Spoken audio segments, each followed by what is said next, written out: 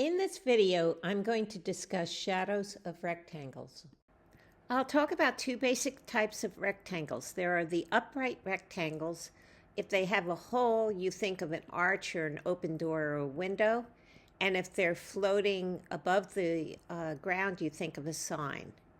A horizontal floating rectangle would be parallel to the ground if it's like the seat of a bench or a tabletop. But it could also not parallel to the ground, particularly box flaps. I'm going to show you how to find window light within a shadow. First, start with a rectangle in one-point perspective that goes to a vanishing point on eye level. Then use both sides to find light triangles so you can find this intersection and this intersection. Connect them together and you have the shadow of the rectangle. Then cut out the window and find light triangles from the top of the window and light triangles from the bottom of the window. And then you have a little patch of window light within the shadow. And to check your work, these edges of the window light, the rectangle, and the shadow should go to this vanishing point, whereas the shadow and the window in the shadow go to the shadow vanishing point, or the shadow direction underneath the light. These are upright floating rectangles, meaning they don't touch this casting surface. This one is parallel to the wall and this one is not. So in this first case, the wall and the, let's call it a sign, goes to the same vanishing point. Set up the seat line, and then the shadow lines happen to be horizontal here. They go up until they intersect the light. So the shadow ends up being parallel to the wall. Now, an upright floating rectangle, not parallel to the wall, I recommend numbering the corners. So number 1 here goes to intersection 1.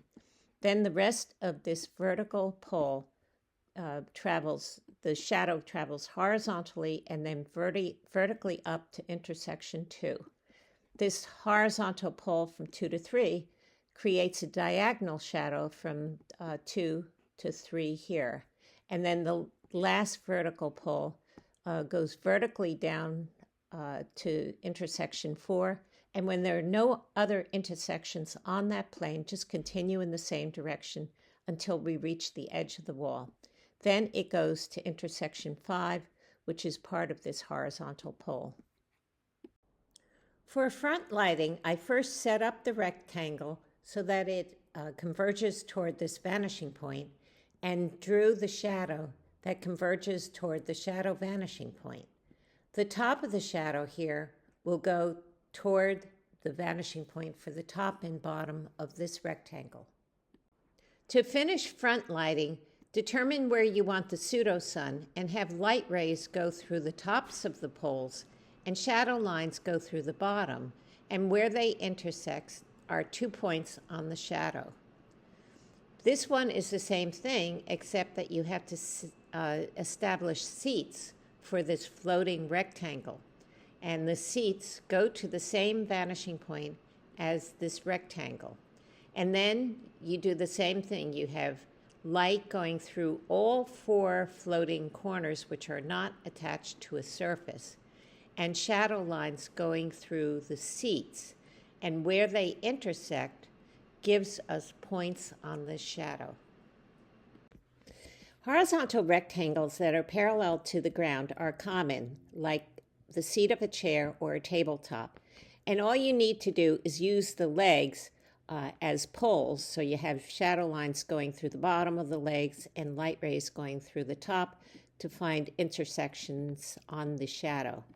And this is the same thing except with side lighting.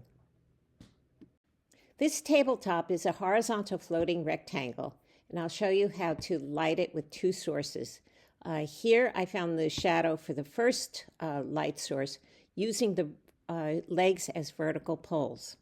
Then I overlap the second shadow onto the first, and they each lighten the other's shadow. In other words, this orange light here lightens the shadow that is created by this light, and vice versa.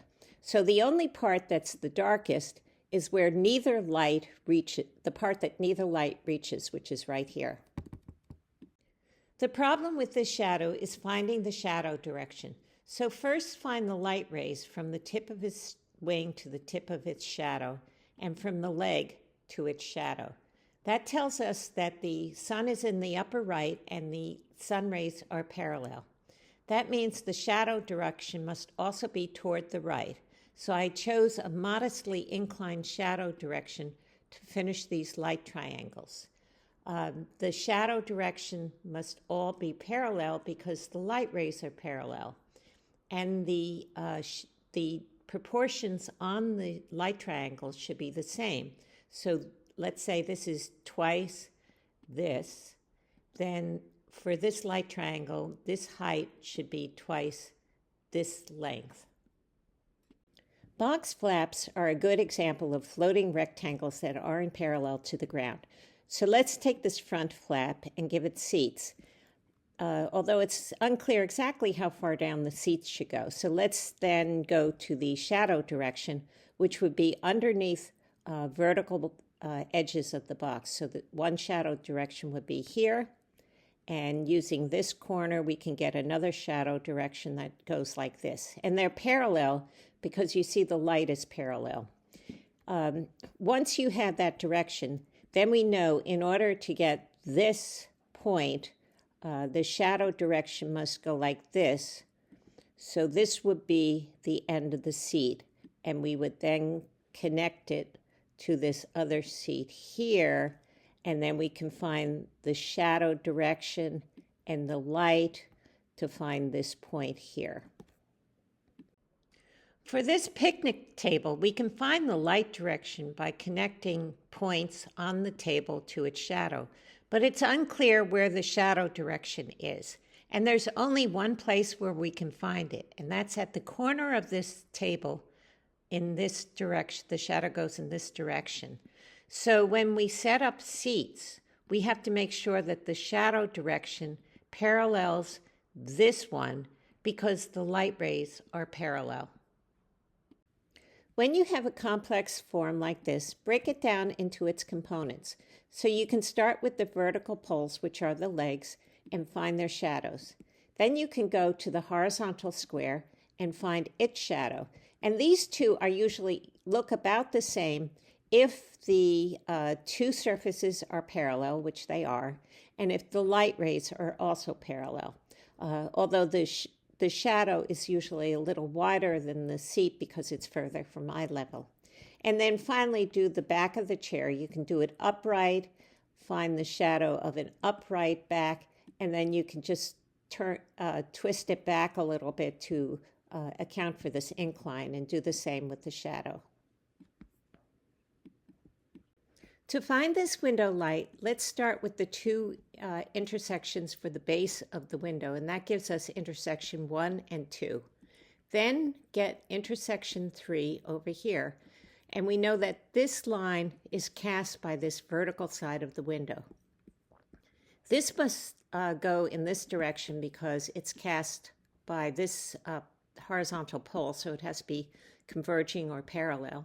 And it lands on point 6, but we don't know how to get to point 5.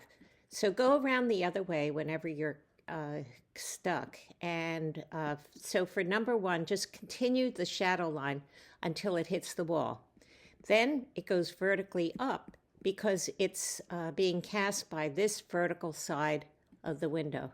And then we can find intersection 5 and connect it then to 6. So that's it for shadows of rectangles, and the next video is going to be about shadows of boxes.